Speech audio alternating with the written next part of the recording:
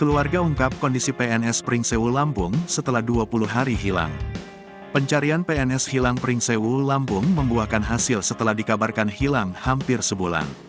I Gede Made Adi Rinata, PNS hilang Pringsewu Lampung yang dikabarkan hilang, akhirnya ditemukan. Informasi yang diterima tribunlampung.co.id, PNS Pringsewu hilang ditemukan dalam keadaan sehat beserta sepeda motornya di Jakarta. Dari video yang beredar yang diterima tribunlampung.co.id, PNS Pringsewu hilang ditemukan di sekitar Jalan Kiai Haji Hashim Ashari, Petojo, Gambir, Jakarta. PNS Pringsewu Lampung itu dikabarkan hilang saat menempuh perjalanan dari tempat kerjanya di Pringsewu menuju rumahnya di Kecamatan Seputih Raman, Lampung Tengah. I Komang Wastranu selaku kakak PNS hilang Pringsewu mengatakan, pihak keluarga sudah mendapatkan informasi terkait ditemukannya I Gede Made Adi Rinata di Jakarta. Ia dan keluarga saat ini sedang menunggu informasi dari pihak kepolisian.